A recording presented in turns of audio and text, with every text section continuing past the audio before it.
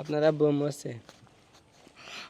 আমার আম্মু আমাকে ধুইয়া চলে গেছে, তারপরে আমার বাবা আরেক বিয়ে করছে, তো রেমা আমাকে আদর করে না বেশি। কোরআনের সুন্দর একটা আয়াত তেলাওয়াত করে শোনাইতে পারেন সবাইকে, তাহলে আপনার আজকে একটা পুরস্কার আছে।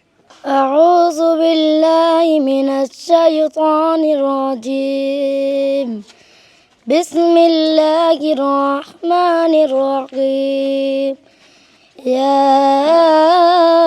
ياسين والقرآن الحكيم إنك لمن المرسلين على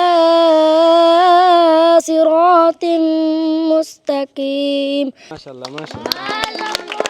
করিল এটা আপনার পুরস্কার, ডাইন হাতে নেন। খুশি হয়েছেন? জি।